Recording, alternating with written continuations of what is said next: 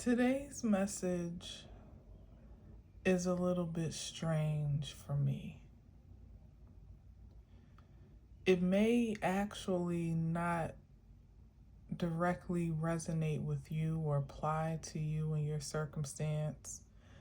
However, it may be for someone that you know, maybe for someone that you used to know, or perhaps it might come in handy at a time when you may need to be a voice of wisdom and truth, and even perhaps comfort to someone else.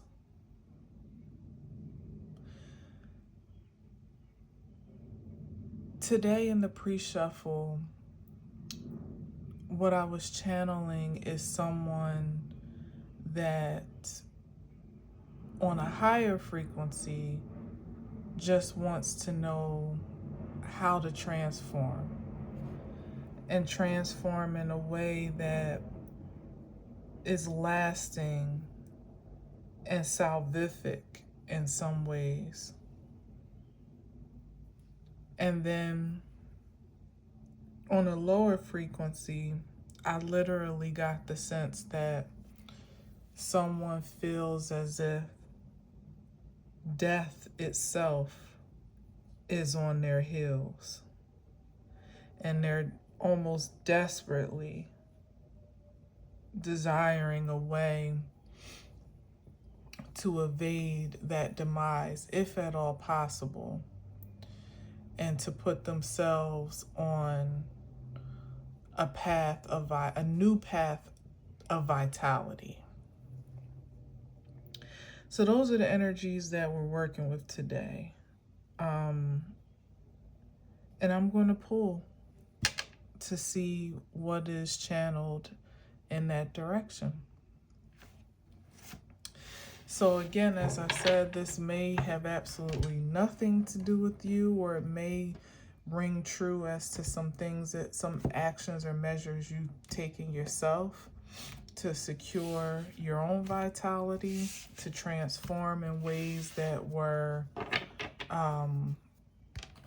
necessary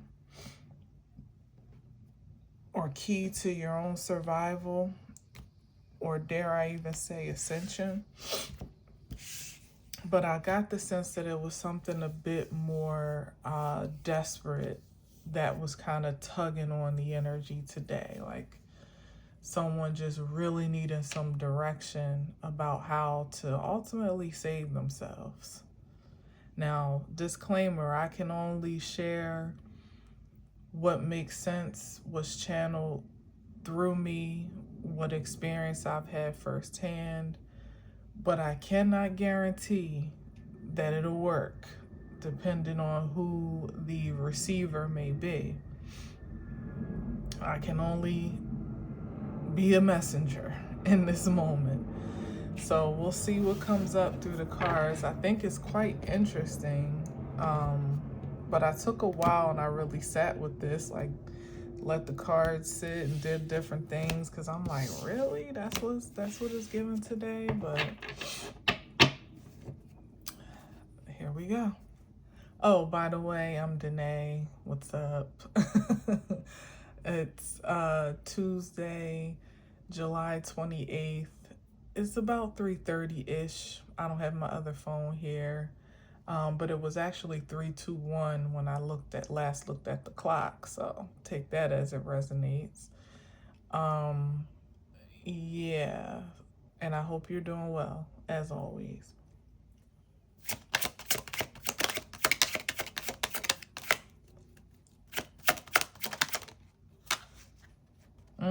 Star energy. You got an answer to that call.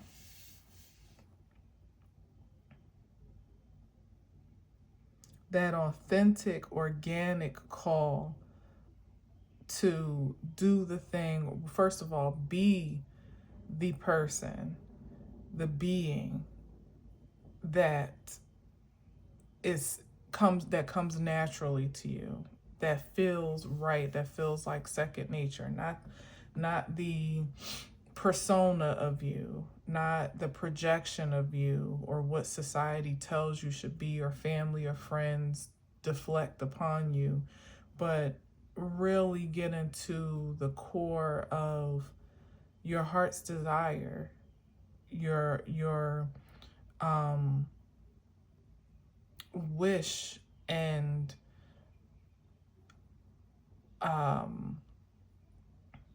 like the purest essence of your identity, like what you truly wish for yourself, stripped down to what affects you, what is for you, by you, and nothing else. Like, not where it concerns anything outside of you, not where you need to rely on anything particularly outside of you, or to depend on anything, but literally what your natural organism embodies and what you desire to do with that embodiment is what you get to strip down to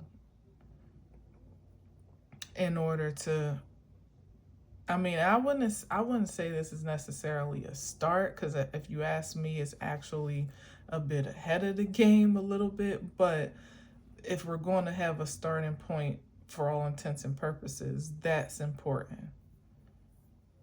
That's important. Like, who are you? What is it that makes you special? What makes you shine all on your own? Again, I guess that is a decent start.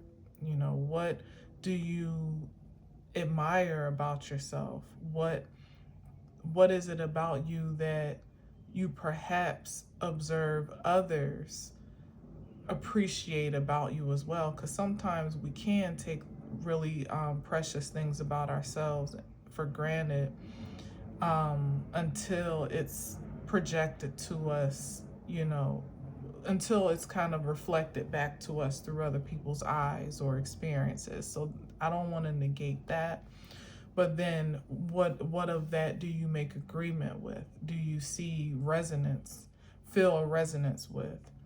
And how do you accept and embrace that, let alone then react and respond to continuously perpetuate that light, you know? But I know, and that's kind of a mouthful, but I'm gonna tell you, this is probably a crash course, you know, because it's like, if someone's feeling so desperate at this time, that the way that I felt it, you know, like feeling like they may be running out of time or chances or choices or whatever, options perhaps, then it's like cramming for a test, you know, cram studying the night before a big test is what I'm getting. We do have a full moon tomorrow, and interestingly enough, in Aquarius, and this is an Aquarius card. So I don't know, I'm just rolling with it. Let's just see.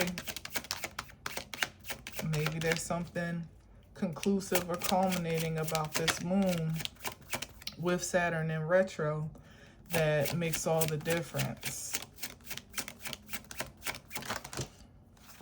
Ooh, and that's going within. Listening to that supreme guidance that has been channeling through you. This could be ancestors that have been trying to page through, that have been trying to lead the way, show you to that special. And I get also like, it's this, that star is kind of in a cage, like the ancestors that have been trying to maybe even protect some from themselves in some instances. And also, for sure and for certain, depicted in both of these cards, get to a space of solitude and stillness. You gotta eliminate as much of the distractions, the noise, the confusion as you possibly can, and get quiet. Find safety and solitude, and start to listen to that inner voice. Mm-hmm. It's really just about mastering your own light at this point, your inner light. And if for some, if you feel, if there feels like a darkness closing in, then you might really got to do some digging, maybe some praying, some soul searching to reconnect with that light, maybe that glimpse of optimism, of hope, to jumpstart the faith to believe and start to like almost see, project a different outcome for yourself. Like it's got to be a drastic change of perspective to kind of pull yourself out of darkness. So if someone's like leaning toward a tendency to think like the worst, and everybody's against you, and to even, project your own doom and demise, I mean, it's worth it to the bitter end to turn that ideal on its head and start to speak life to yourself and healing and optimistically.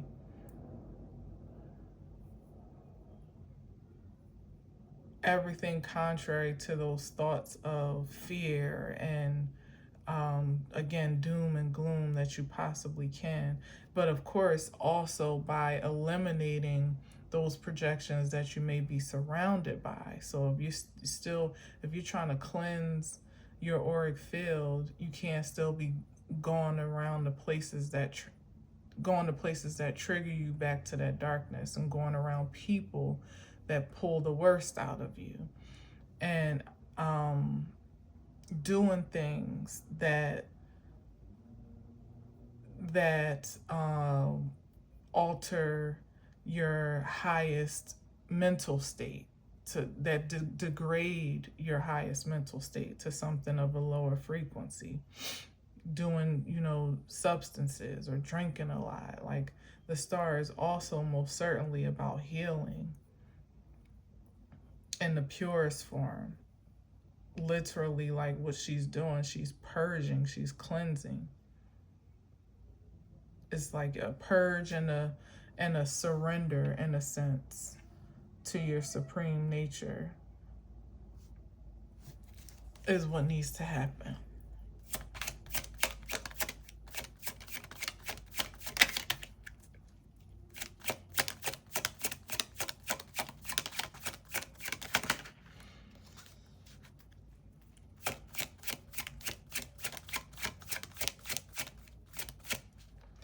I feel compelled to say I had acquired a mom friend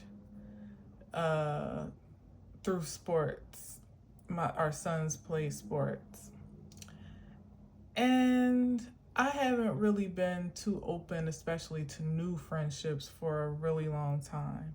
So I allowed myself to be connected, not overly connected, because I'm still cautious enough that I maintain boundaries, but more connected than I have been in a long time. And after a while, I started to notice that, and it was no blame on her, no fault of her own, because she is where she is in life, and it's fine, but I started to feel myself being drawn into a frequency that has been foreign to me for a while, that in some ways it was unfamiliar and altogether, but certainly foreign for some time. And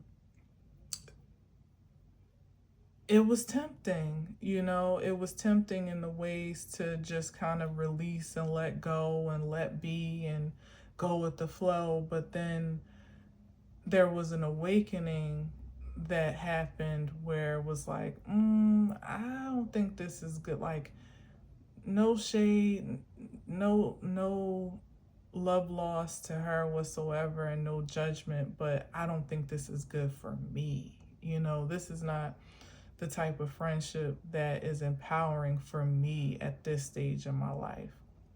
And even some of the things that she was mixed up in, wasn't really tempting me to be a part of. But the other side of that is that I was finding myself being invested, giving advice and praying for, things to turn out a certain way for her that she really wasn't devoted to, that she didn't really truly desire for herself. Like, she was open to advice, and I even think she very much so appreciated things that I had to say, but it's just not where she was. It's just not, she wasn't in the position, at least at that time, to activate the information that I was imparting, or to react and respond in a productive way, and as I noticed things continuing to deteriorate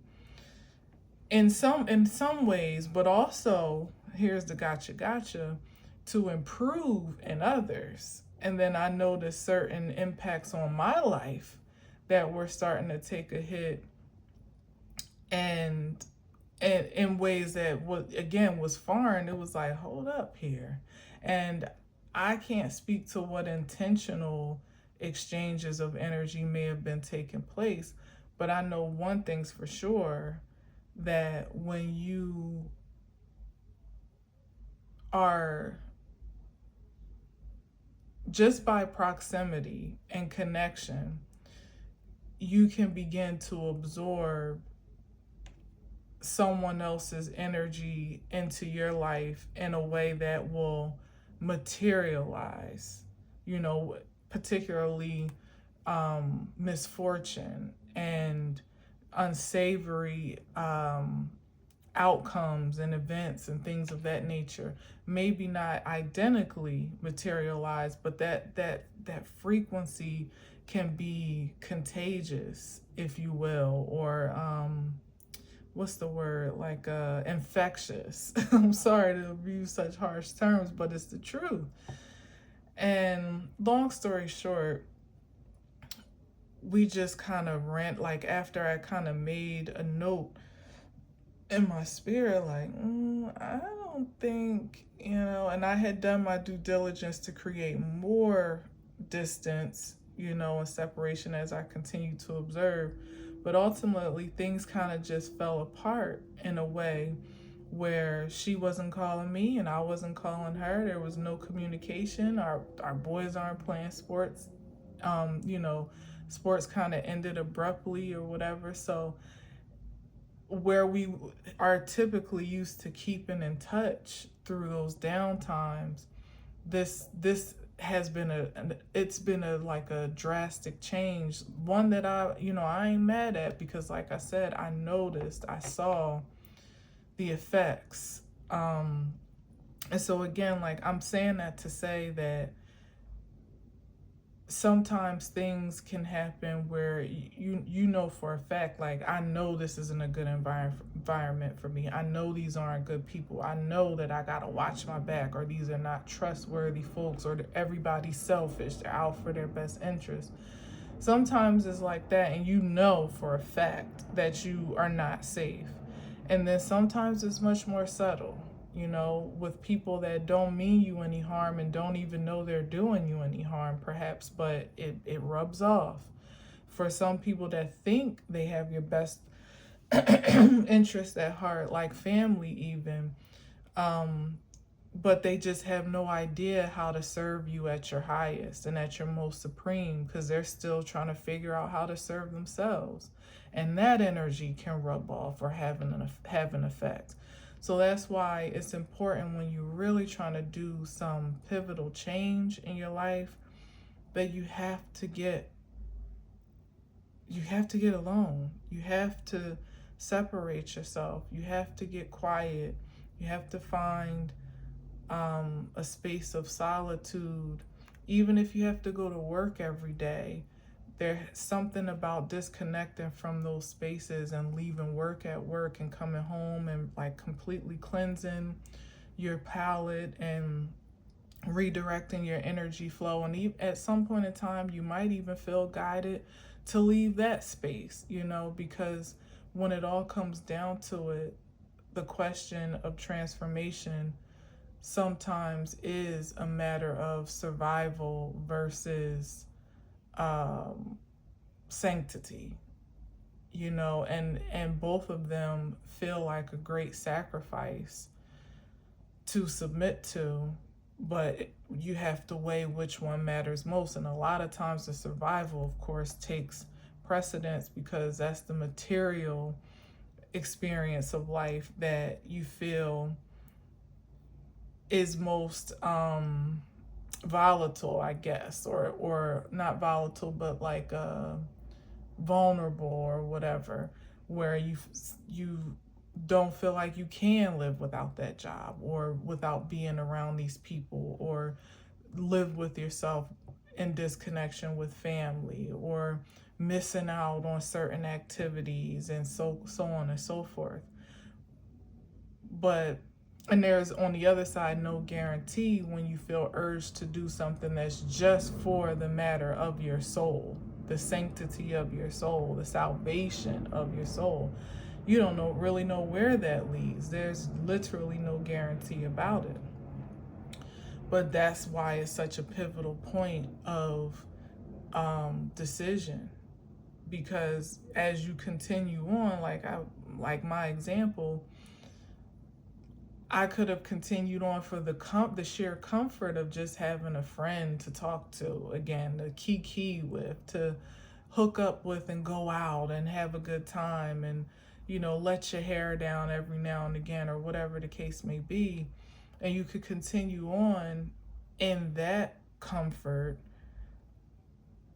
seeing what the effects, that the negative effects it may be having on you or not, but the evidence all being there, but still be attached to the comfort aspect, so much so that you wouldn't be willing to say, you know what, I don't think this is for me. You know, or you could take the chance to do the thing that your soul is calling you to disconnect, to realign, to reconfigure, whatever the calling is. You'll find that has much more long-term and long-lasting advantages and benefits than what's most immediately gratifying.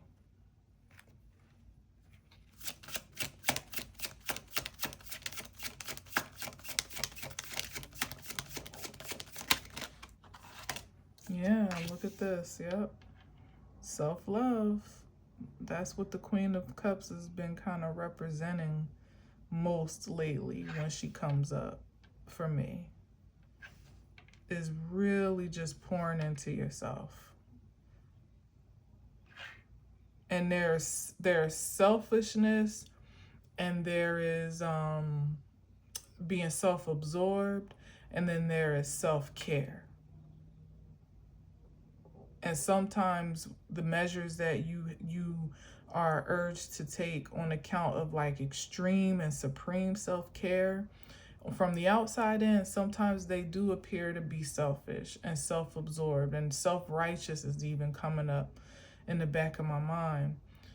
But that's a measure for you to manage, for you to gauge.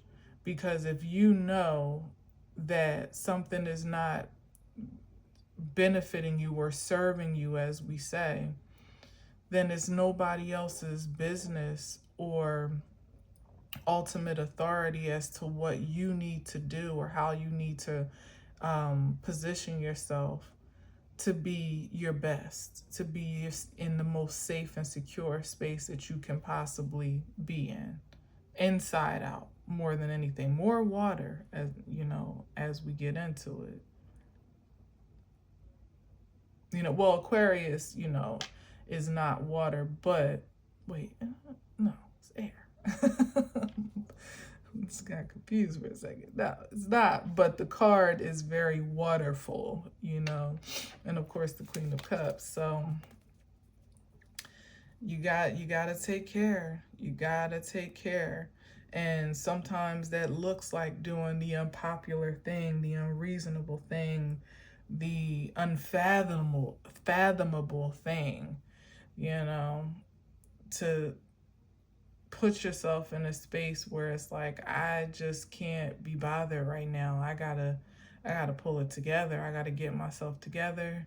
I gotta figure out what's going on with me deep down inside and start mending those spaces before I can be any good to anything or anyone else.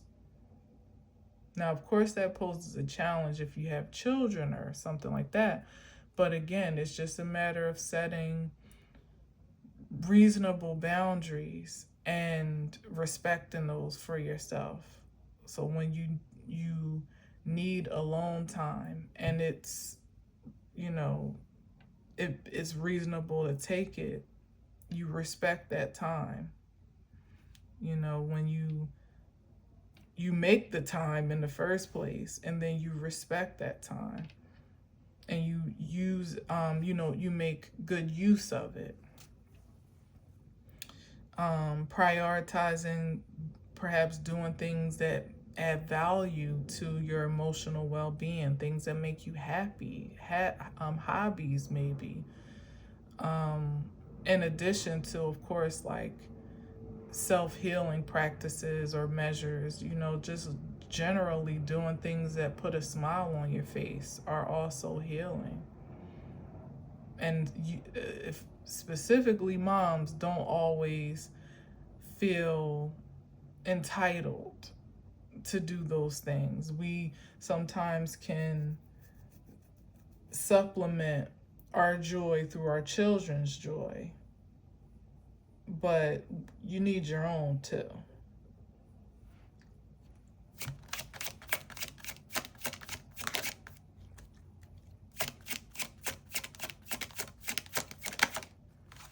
Chariot. And this is just like being strong-willed about that, like being steadfast and determined to see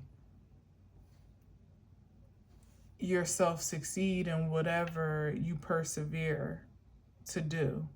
And with all of this, and like everything here is pretty positive, So if it's healing that you're committing and dedicating yourself to, or inner work, soul searching, self-love, care, prioritizing your well-being overall holistically, then you really have to stick to it.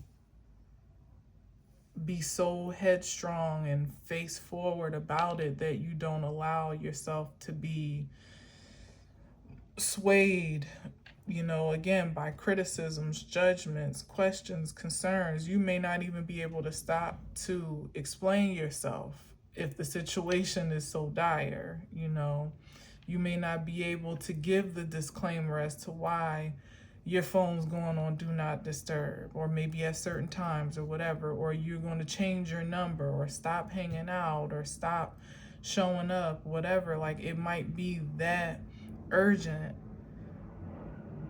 that certain measures you don't even have time to make concession for. And you have to be willing to do that for your soul's sake. People may be used to you showing up a certain way or in a certain space or in a certain capacity for years, decades. And when you get that inkling that enough is enough, you have to be willing to follow that and let the divine carry you wherever it is that is ultimately going to be for your safety and security. And it's given, like, the energy that I was feeling is that there's been a calling, there's been a nudge, there's been an inkling. So that's why I'm saying, as a disclaimer, this may be well overdue at this point. If I'm still speaking on it, I have a sense that it may not be too late, at least for somebody. But it's like you've been getting a nudge for years for a long time that this is not what fulfills you anymore. This doesn't give you joy, pleasure, satisfaction, doesn't make you feel whole, doesn't make you feel valued, appreciated, seen, understood, loved, empowered. And if that's the case in any regard, that's the first invitation, that star energy. If it's not checking those boxes, that's the number one, the number one indication that something gets to change. Like, don't even overthink it, like, it's not a matter of, oh, well, this is just life. This is just what it is. This is how life is supposed to be. You can't win them all. You can't have it all, there's no sense of complaining. Life isn't fair, blah, blah, blah, blah. Like all those conditionings that we just go along with, make agreement with, I gotta, even on a lower frequency, like if I don't make sacrifices, I can't have success, or I gotta step on some people, or step on, do some things to get ahead, or cut some corners, or whatever, like I said, that we allow ourselves to agree with, that you don't even feel good about in the short term or in the long run. Those are the things that have to go. Those are the first things under review.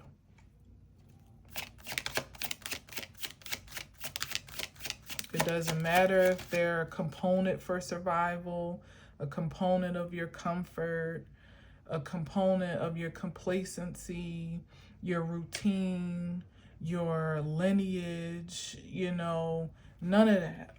If it's not right, it's got to be evaluated for change. Or you evaluating yourself as to how you can change within it, if that's possible.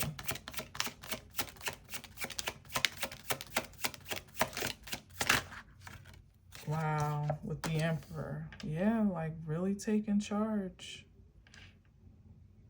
Taking charge and authority over what you can control. And you can't control other people. Usually you can't change places that are already, established as they are. And sometimes you can't necessarily force the circumstances in your favor, but you can remove yourself. You can change how you see things, how you do things, how you show up or don't.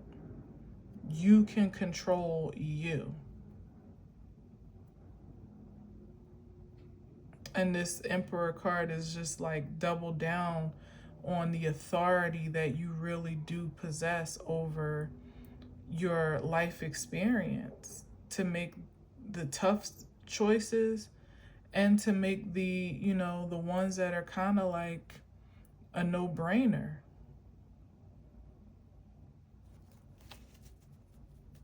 Something's not making you happy, you do something about it. Something doesn't feel right, you make an adjustment within yourself, first and foremost. Wow, the world.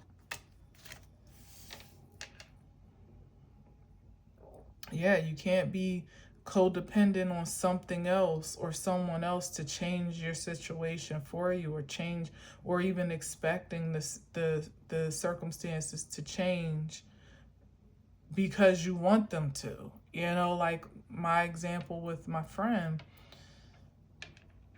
to see so much potential in someone and so much promise in someone, there's only but so much validating you can do, and life-giving and pouring into and encouraging, and so on and so forth. It's like there would be nothing that I could say or do that could be permanently effective to her well-being unless she decided that it was valuable enough to implement or to activate or integrate in her own way, till she decided that certain changes were necessary or certain cautions or warnings were worthy to heed. Other than that, she's well with, and rightfully so, in the control of the world and the reality that she creates. And I have no say and no judgment about that, really and truly. All that I can do is decide whether or not it's something that I want to be associated with or connected to, and then carry out that desire authentically for myself. That's all you can do. You can't impose your judgment or condemnation or criticism onto someone that feels content with where they are. That's not your place. But what you can do is to say, okay, this is how I need to be for me then. If this is what's true, this is what is, this is who you are, these are the circumstances, so on and so forth. All you can do is take an inventory of how that affects you or not. If it doesn't, most times it does, even when you don't realize it, and to make a decision as to whether or not a response or reaction is necessary based on those accounts, based on, that observation. And if you decide all is well, and you just keep on going business as usual, and everybody, just continues on until the wheels fall off, until that cycle ends itself. But when you have the authority, you have the perspective, when you have even the wisdom with the emperor, because you've been there, done that maybe a couple times, to kind of know what things look like for you when certain handwriting is on the wall, and then maybe even the physical evidence in your waking life, you can only manage your own situation. You have the responsibility to do at least that much. Otherwise, you can't go, when things fall apart or the inevitable occurs, you wouldn't be able to blame anybody else. You can't be mad at anybody else. You can't be mad at family, friends, places, situations, circumstances, none of that. Because you have to assume that you have the authority to make changes that are in your best interest before you make it dependable or dependent on someone else's authority to do so for you. That's also a part of being a star, embodying star power. You recognize the impact that you have, like the impact that your presence has, and so therefore you protect it from being degraded, or not degraded, but what's the right word? Diminished, I suppose. And you also proactively, I suppose, and then you do as much as you possibly can, I guess, also proactively and reactively, to enhance the frequency of your light in the ways that you know for a fact are beneficial and productive. But you certainly don't keep putting yourself in harm's way or in spaces where you know the opposite is true, or there's a possibility for that much, So yeah. So another thing, take your assume your power and authority over your own life. Be persistent and devoted to that power, perseverant in all the things that you set out to do in your best interest, and close the cycles that need to be closed. Don't let it have to be closed for you, or when it is the universe helping you out along the way. Like, for instance, back to I'm going to use myself as an example today. When the line kind of went dead, it would be my nature to some degree, especially in past lives, to open up that communication. Like, hey girl, I ain't talked to you in a while, you all right? Just to check in, because it's not like I don't care about how she's doing. I do, you know. It would be in my nature to do that, and then open up a whole nother line of communication, probably a whole nother cycle of interaction. But instead, I let it close where it is. And that's not to say that it may not be something that picks up or reconnects at another time, but I knew what I was feeling. So when the universe does, in fact, kind of help out your, support your cause for your own protection, you let it be. You let it be. When you have a breakup and you haven't been feeling good in that connection, you don't fight tooth and nail to keep the relationship for pride purposes or for appearances, or because you just don't want to be left or broken up with. How dare they leave you when you were actually feeling like you should be leaving them, type of thing. No, you let the universe do you the favor that it needs to do for your best interest and its best interest. When you get fired from the job, you don't just pick up and go and get another one right in that field when you know you were unhappy doing what you were doing in the first place. Maybe you let some time settle so you can be redirected on the path that's really going to bring you joy. Maybe another position that really aligns with your purpose. And on and on and on. The universe does us favors all the time that sometimes we don't see as such, humanly, which is fine. But once you get to a certain level of maturity from more or less taking inventory over your life experiences and extracting the lesson, or the enlightenment from it, you start to be a bit more limber to go with the flow of when it's time to close some things out and when it's time to start something new.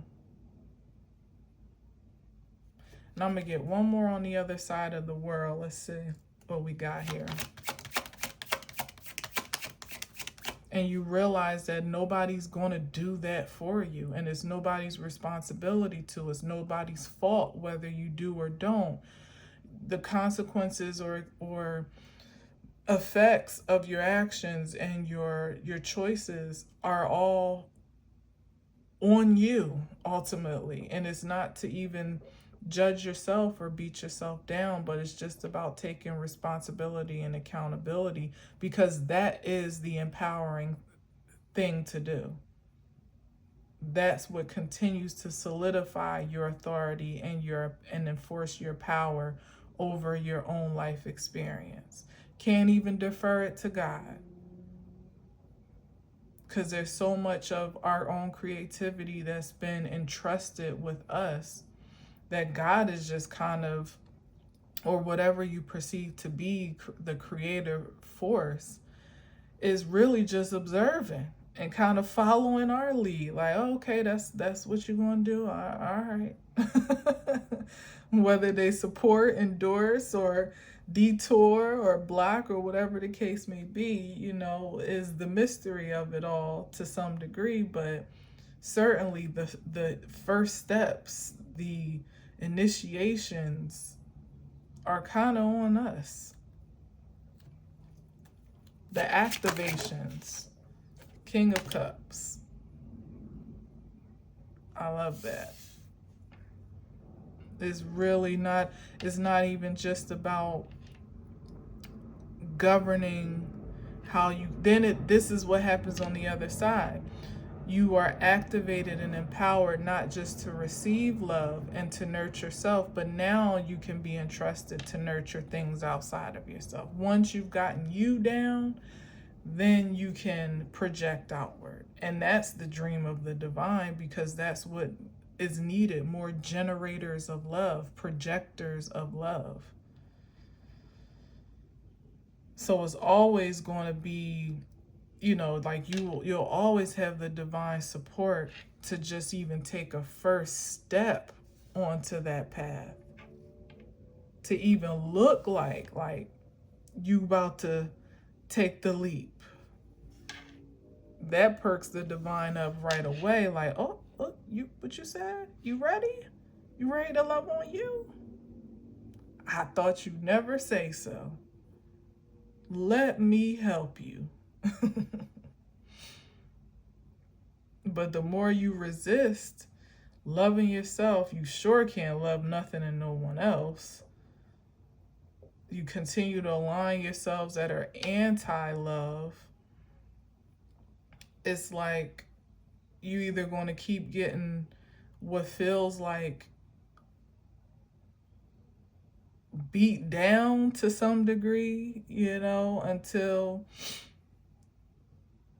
there's a change of heart or a change of mind or perspective, or you're ultimately going to take yourself out. Because the opposite looks like acting in fear and acting out through insecurity or self-hate, degradation, guilt, shame. When you're harboring self-hate, how that comes out. That shit comes out like abuse. And instead of an emperor and an upright, like being a tyrant or controlling or possessive and aggressive, like all of these energies turned on their head pretty much. And that doesn't produce anything but more of the same, of which the world cycle is here to close completely.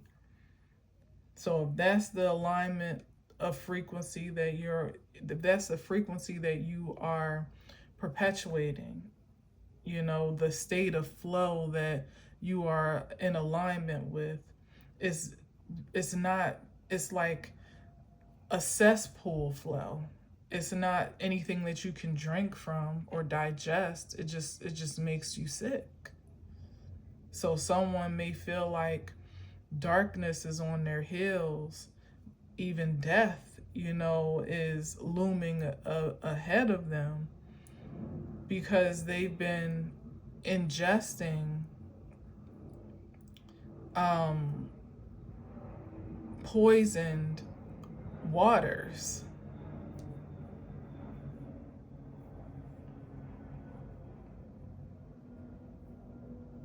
And it's time to purify that cup. To literally pour out what is not nourishing to the soul anymore. What hasn't proven to be nourishing, and then to continuously do the work again in that chariot energy, to keep pouring out, to stay committed to that cleansing process. Because even me, like after all this time of kind of being in my own world where, like I said, I don't really have a whole lot of friends anymore, and it's okay. Like I've been good with that. But I could have, I'm sure there will come a time when things will shift for me again, and it'll be there'll be different types of connections that I'm realigned with, not just the one or two that I have remaining. But the point I'm trying to make is that recognizing relentlessly when something just doesn't measure up to where you are in the present, and pouring it out when you need to, like, nope, this ain't it. It was cool while it lasted. It was nice to have a little friend, nice to have a kiki, but this is not good for my soul. This is not everlasting for my spirit. Gotta pour it out. So Wow, the Ace of Swords. Well, and is this the Sun? No, the Lover is about choice. Making a righteous choice to choose your supreme self, your well-being, your highest good over anything else, or else, literally the Five of Pentacles. That is the most negative card that we got the whole message. This is the inevitable. You could either make the tough choice or live the tough circumstances. That's pretty much what it comes down to. Or live the tough consequences. And again, for that energy that was tugging on my spirit for like in desperation, this is what it comes down to. You got to get real with yourself. You must get to the truth of the matter of yourself. The choices you've made in the past that have not aligned with that truth, the choices that you're making now, and how you can set yourself set yourself up for success, purifying your auric field, your actual life as much as you can, so that it can keep you honest. Putting yourself in a position not to be tempted as much, not to be detoured, swayed, deceived as much, distracted so much.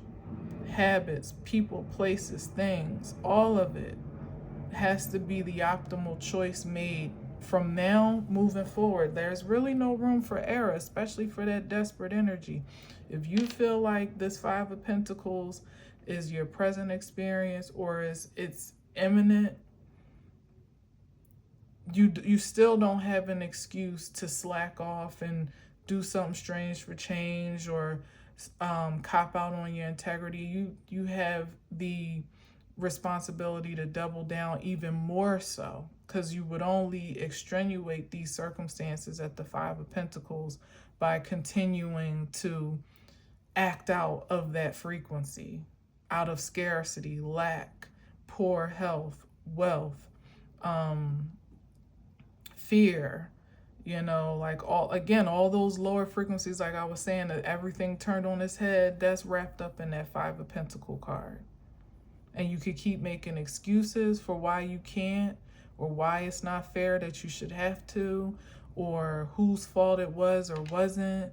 And if it wasn't for this or that, you wouldn't be. It doesn't even matter at this point.